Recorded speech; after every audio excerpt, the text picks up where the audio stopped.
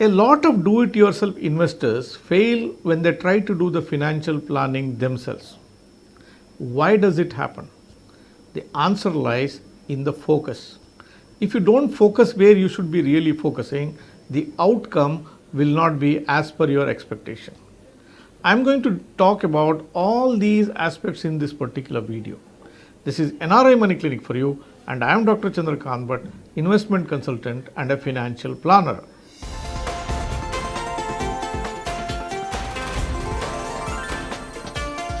NRI Money Clinic. No hype, just the right advice. Why do financial plans fail? This is a very important topic. If you look at why financial plans fail, the answer lies in the emotions that come in between your planning. When emotions come, the emotions of fear or emotions of greed, you can be absolutely certain that you will not be able to do financial planning the right way. The crucial question is, why do the emotions come in between the financial planning? The answer to this lies in the fear and the greed factor. When you try to focus on returns, you are kick-starting the greed factor. That is one emotion. If you are looking at what I may lose, either by way of an increased expense ratio or it's because of market may come down, then you are succumbing to an emotion of fear. When your focus is on the greed side, the returns, and the fear side, the expenses or the damages it can happen, mark my words, your financial planning will never be the way it should be. That is where the real problem lies. Once emotion come in, the financial planning will not go in the right track.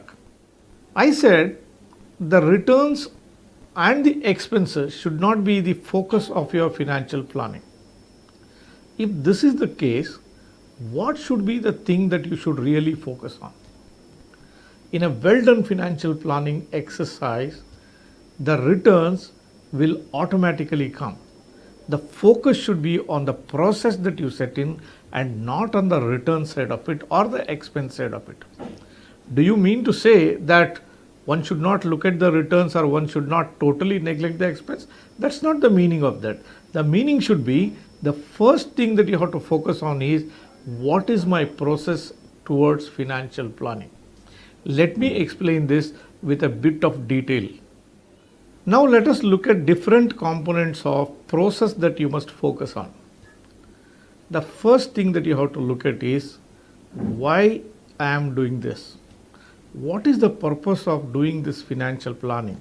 Why I am getting into this investment exercise? Now, if you are doing this to build an emergency fund, the way you look at it is entirely different. If you are doing it with the purpose of funding your child's education, then the way you do it is something different. If you are trying to build a wealth over a longer period of time, the way you look at it is completely different. If you are trying to plan for your retirement purpose and to build some funds for retirement, the way you look at it is completely different. Unless and until you know what is the purpose of this investment and you understand this and you categorize and compartmentalize correctly, if you focus only on return, you pick up a wrong product or you try to do the wrong things. So the first process that you have to get correct is why I am doing this and how will I compartmentalize it. The second process which you have to set in your financial planning is how much of return should I get it. Now this is very, very important. When I say how much of return I should get, the answer should not be a 5% or a 10% or 15% or 20%. These are simple numbers. Instead of that, you should benchmark it. If your bank is giving, let's say 5% or 6%, how much should you get against that bank FD? If the inflation underneath is 3% or 4% or 6% or 7%, how much more than the inflation your investment should generate? So unless you have a benchmark for your return expectation, you will get it wrong. Putting a focus on a single number is useless unless you watch it against a particular benchmark. A simple way I tell my clients is the purpose of investing is to get something more than the bank rate, which is your opportunity cost, and more important, the second hurdle, that your investing exercise over longer period of time must beat inflation. If your inflation is 8% and if you generate 6%, it is useless. But if the inflation is just 2% and if you are still able to get 6% from your investing exercise, this is an optimal return that you are still getting. So when you are focusing on how much return should I get it, don't go by the number methodology. Instead, put a benchmark underneath, which should be your bank FD rate, or it could be the inflation, and how much over and above that you should get that. The third process that you have to put in place is suitability of the product. The suitability of the product depends on two factors. For what purpose I am doing it, like I said, whether it's an emergency fund, whether it is for a retirement purpose, whether it is a wealth building exercise, or anything else could be. Once you know the purpose, then you will know how much time do I have. The choice of a product is determined by the amount of time that you have. If you don't have time at all, let's say you want the returns to be in next 2 to 3 years, probably you can go to a bank and put this money in a bank. If the purpose of this investing is to save on the taxes, then even the bank FD may not be useful for you. You may have to go towards the debt funds or the mutual fund. So the suitability of the product is something which you have to figure in your process. So don't just go by the simple methodology looking at a traditional insurance plan or a mutual fund or an ETF or direct stocks. Instead, check the product or the investment avenue that you have chosen. Is it suitable with the goal that you have set in? Is it suitable with the time limits that you have? Only then you choose that particular product. The next process that you have to keep in mind or focus on is what can go wrong. Before you invest in any particular product, you must find an answer for this. What can go wrong? When I say what can go wrong, it could be the loss of money. If you have invested in a bond may default. If you have invested in the stock market, and there can be huge volatility. If you have put money in a mutual fund or in a ULIP plan with an intention to fund your child's education, by the time your child goes to college, if the markets have crashed, then it is something not desirable situation to be in. So you have to figure out what can go wrong. One another thing people often neglect is, when I get my money, what could be the amount of taxation that I have to pay on this? You may say I should get 10% return.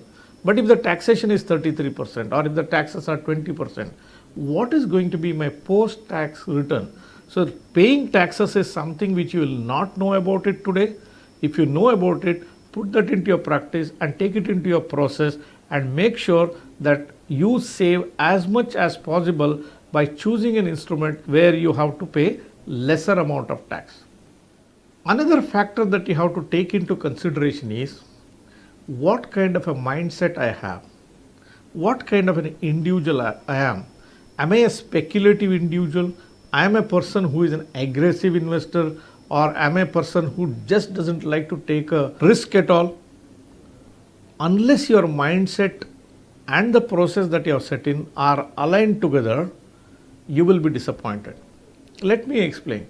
If you are a person who is extremely risk averse, and somebody suggests you an equity mutual fund to invest in, and the little bit of a volatility around that equity mutual fund makes you nervous and you feel that this is not the thing that is suitable for me, and when markets are down or when it becomes very volatile for whatever the reasons, you may walk out of that and booking the loss.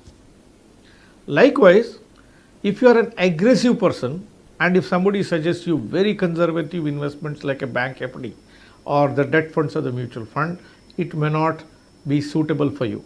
The process that you set in motion in financial planning should be aligned with your mindset. The mindset here could be risk averse, aggressive, moderate, however you want to describe it. The product and the process should completely align with your mindset. Then only you will remain focused on it and you will stay the course, and it can create a desirable outcome for you.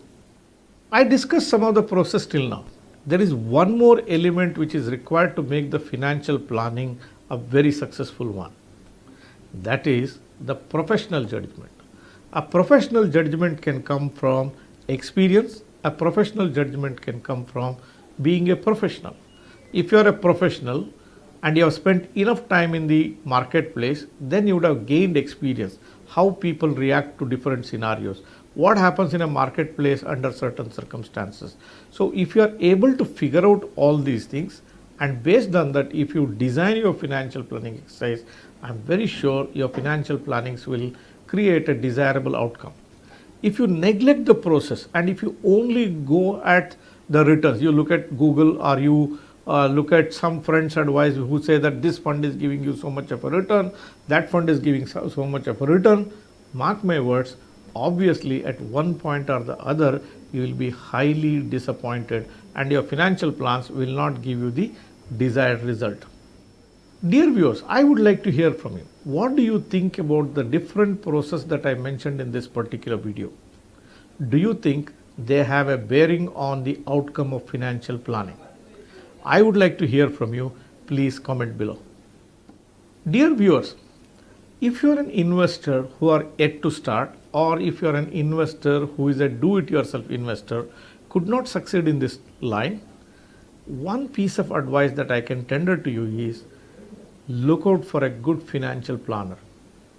If he is a good financial planner, he will set up the plans correctly for you and you don't have to worry about the returns or the outcome of it. If you do not have a financial planner, if you are looking out for the services of a financial planner, then you can make use of our services as well. Our numbers are shown here on the screens. Through a WhatsApp message from any corner of the world, you can send us a message. Please do not call us, just send us the message, and either myself or one of our team members will help you build a robust financial plan which makes you achieve all the things that you are looking for in your life. Dear viewers, the topic that I discussed gave you answer why financial plan fail and where you should be really focusing. Then please like this video. If you are a person who is watching this channel for the first time, or if you are yet to subscribe for this channel, please hit the subscribe button and press the bell icon. Don't forget to share this video with your friends and relatives. Thank you very much for watching this episode on NRI Money Clinic. I will be back with you with yet another topic in yet another video very soon. Press the bell icon for more details and subscribe our channel.